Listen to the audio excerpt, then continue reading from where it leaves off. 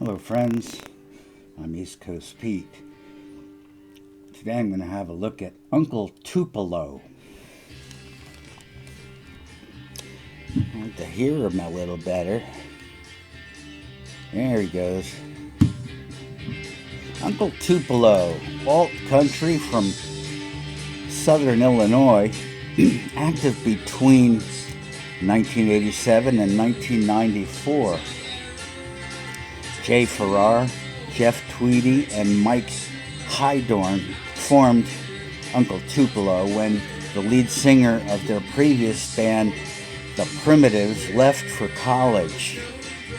The trio first signed with Rockville Records for 3 albums, and then expanded to 5 and signed with Sire. Anodyne was the major label debut, but Farrar had a falling out with his co-songwriter Tweedy and left. Farrar formed Sun Volt, and the remaining members of Uncle Tuppelo formed Wilco. Uncle Tuppelo made a significant impact on alt country. Their first album, No Depression, was a cornerstone. Uncle Tuppelo was unique from popular country music at that time. There was some hardcore punk mixed in. There were blue-collar working class themes, narratives, a more urban country, perhaps. Uncle Tuppelo, the character, is related to a version of Elvis Presley, had he lived, and some still think he did. The band first recorded at the attic studio of Matt Allison, future shy punk producer, in Champaign, Illinois. And that makes 4 with REO Speedwagon, the Lemon Pipers, and Hum of my bands on my show from Champaign, Illinois. Actually, there are many more than 4, but these are 4 I've run across so far. Here's the songs from No Depression. 1, and this is the best track, Graveyard Shift. The next was That Year, which was a little Birds-like, with a Y. Hey, Mr. Spaceman. You know that one? Boy, I don't like that song at all. 3, Before I Break. And this one's cool for the title track. Got an NRBQ sound to it. NRBQ meets Woody Guthrie. Factory Belt. This is cool too. 6, Whiskey Bottle. A change of pace with a steel guitar intro. 7, Outdone. This is Jangle rock or jangle pop. The vocals are very confident and likable. I'm pretty sure anybody can do jangle pop. You just need an electric 12-string. 8, Train. And there is some very understated harmony. There's almost an Irish jig feel to this one. And then Life Worth Living. That's acoustic in a lovely minor key. Next is Flatness, and this is punk. 11, So-Called Friend. Very Bob Dylan-esque. 12, Screen Door. Also Dylan-like.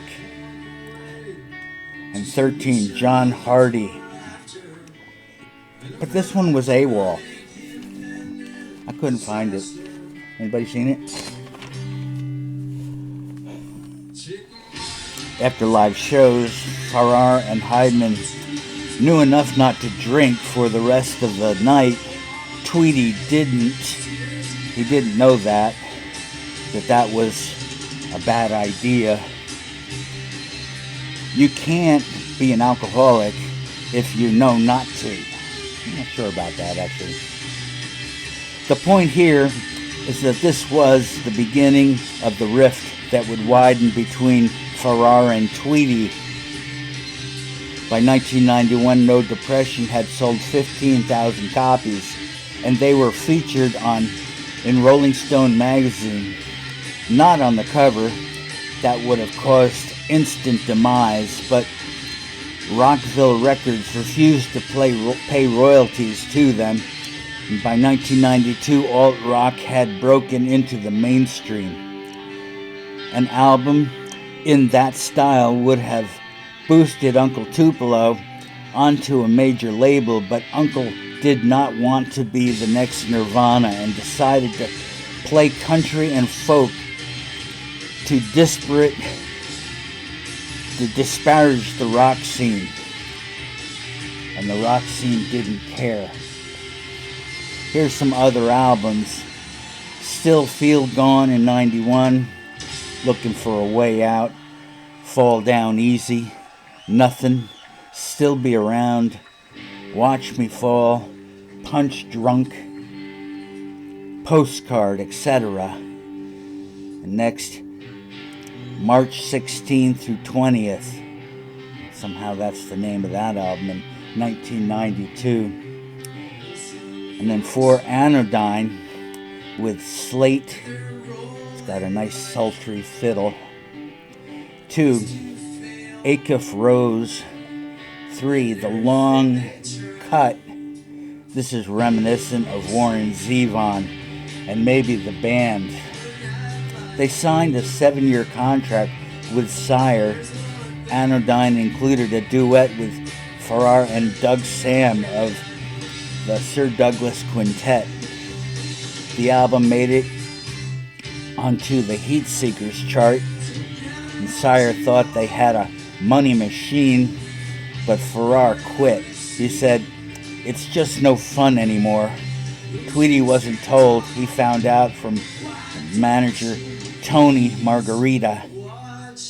Tony Margarita?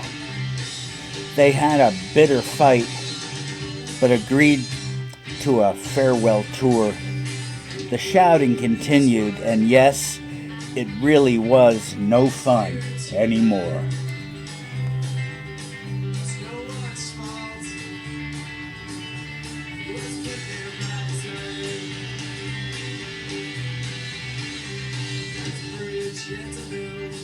Alright, that's it for now, folks. I'll be back.